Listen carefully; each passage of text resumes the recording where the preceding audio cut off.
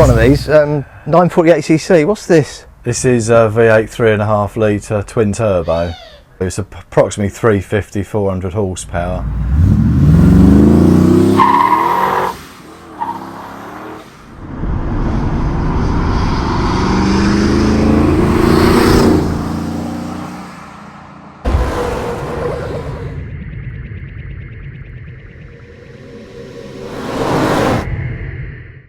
Simon, not your average Morris Minor.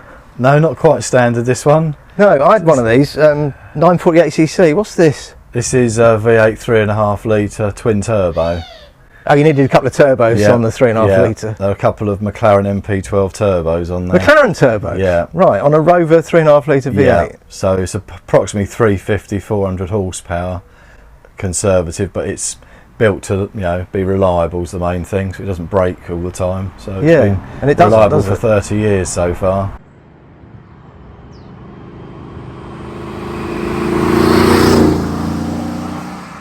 Right, you've had it 30 years? Well, not in my ownership. I've had it probably 6 years, and Andy, the fellow we saw earlier on, he'd had it for a good 24, 25 years. Right, yeah. Now, he was inspired by a chap called Nick Mann, who anyone who was around in the 70s and 80s will remember was, well, it was the fastest road-going car in the UK, wasn't Yeah, it? it certainly was, yeah. And he held lots of hill climb records and quarter mile. It wasn't even a drag car, and it still did really well at drag racing. Yeah, he drove to events with a roof rack, with his slicks on top, changed the tyres and wheels over, and off he went and obliterated everyone. So Andy got banned. What, because he was too good? Running nitrous. Ah, right. You haven't got nitrous? No, that'll make it about 650 horsepower, but you then have to have a big piece of railway line across the back. That's his magic trick for traction. Right. Having spoken to him this year, that's what he told me he had to do. Right. You travel all over the place in this thing, don't you? I mean, you're off to Suffolk in it, isn't it? Yeah, up to Suffolk on Sunday in this, I've been down to Gurston down this year in it. It's been to Bath, go anywhere in it. It's a great, lovely car to use. Quiet. So it's Rover V8, it's just a 3.5 litre, it's not bigger than that? No, 3.5. And what's the gearbox? SD1 Rover. Right, so manual 5-speed gearbox. Yeah. But all suspension at each corner is all Jag, isn't it? Yeah, so it's XJ front end and E-type rear end. Right. So has it got a separate chassis, or is it? Yeah.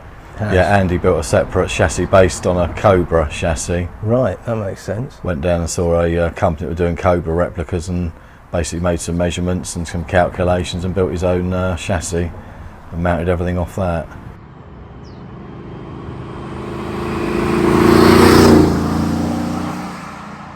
Do you compete in it at all? No, I've done Goodwood just as a fun sort of track morning down there. He has done the Brighton Speed Trials when Andy owned it, and he did Santa Pod. So I am hoping to do Santa Pod with it, with Nick Mann, with his old car. He's in contact with the owner. Right. And we're trying to get a time together and do Santa Pod. Right. So touch wood, it might happen. Yeah, well, that would be good. Yeah, definitely. So Nick, if you're watching this, have to give us a ring. Yeah, that would be good, Nick. Yeah, please do. Because I don't live far from Santa Pod, so I could come and get that. Yeah, that would be good. Yeah, definitely. So you use it mainly as a road car, and it is incredibly civilised inside, isn't it? Yeah, very civilised, very quiet, sedate. Amazing how civilised it feels. I was expecting it to be really quite leery.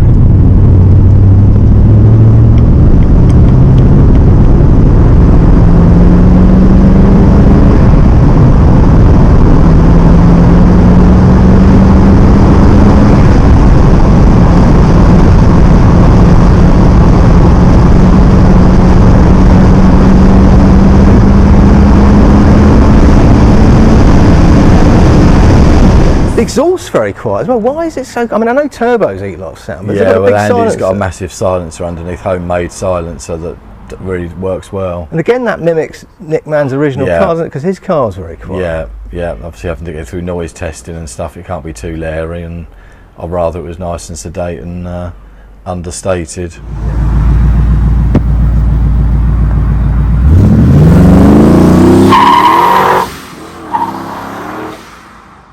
And it's obviously pretty quick. I mean, do you have any idea what sort of 0 to 60 time? We think probably about 3 seconds. Right. Yeah. Is that with any gear changes or? A bit of launch in second. Right. But it's I think it's quarter mile at Santa Pod with Andy. A low 12. Right. probably 120 over the line. I would imagine something around that. I've got the figures somewhere. I'll have to dig them out.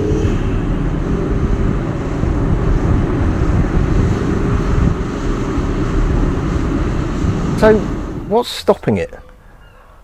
Oh, the brakes. Yeah, we've got Fosway Engineering brakes now on the front. I've just done that upgrade this winter. So that it was XJ cast iron calipers originally. Originally, yeah, which worked. They were fine, but they were getting past their sell-by date. You know, needed resealing and stuff. And I thought, well, while I've got it all apart, I'll just upgrade it, and it makes it quarter of the weight, I should think. So Fosways they're all alloy, are they? Yeah. But the same sort of braking power. Yeah.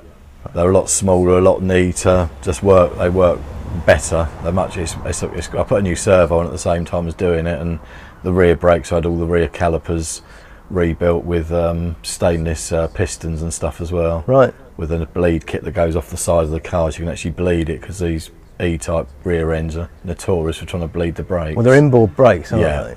So you've got a pipe that runs out to the side. Out to the side, so you can literally do it at the side of the car.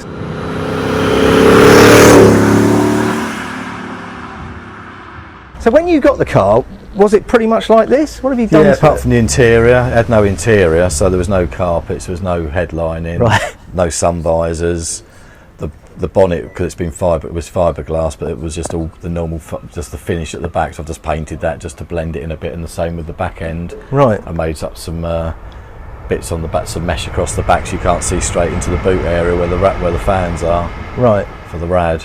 So the rad's in the back? Yeah, that's another Range Rover part as well. So where do the cooling lines run? Are they inside? Underneath. They're underneath, right. Yeah. And these air intakes at the back obviously feed those rads then? Yeah, that feeds the rad in the back and the fans, and also the heater. So it's got a heater. It's got a heater? Yeah. All so you really have made it creature comforts. Yeah. Yeah, that was another addition Andy did just before he sold it to me, was he put a heater in it. And why did he sell it? I think lack of garage space. So he was moving, and I'd asked him a long time before if it ever came up for sale to let me know and do a deal with him, which we did. Okay, and what inspired you to buy it? Is it the Nick Mann thing? Or just I've known the car since it was built, and I know how usable it is and reliable. So fancy something a bit different to. I've got a few cars, but one was a Caterham and the Hayabusa engine, which was great, but very low to the ground and a bit manic with sequential gear changes at 13,000 revs. Yeah, this is a bit more sedate than that. Right. Well, I never thought I'd hear a twin turbo V8 Morris Minor described as sedate, but compared with the Caterham. Okay, fair enough. Well, we'll probably go for a drive then. Yep, good stuff.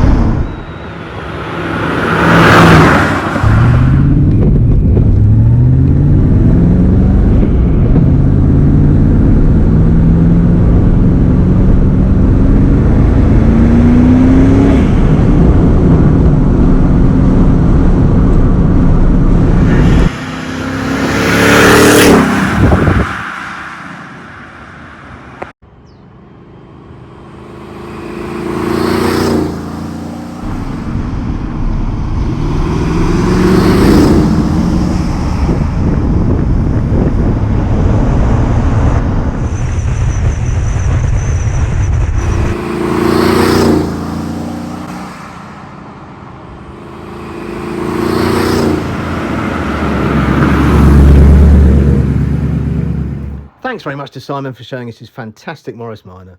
If you've enjoyed this video, please like, subscribe and share it on YouTube.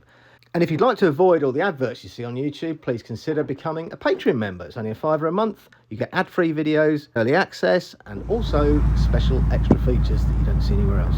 Thanks very much. See you next time.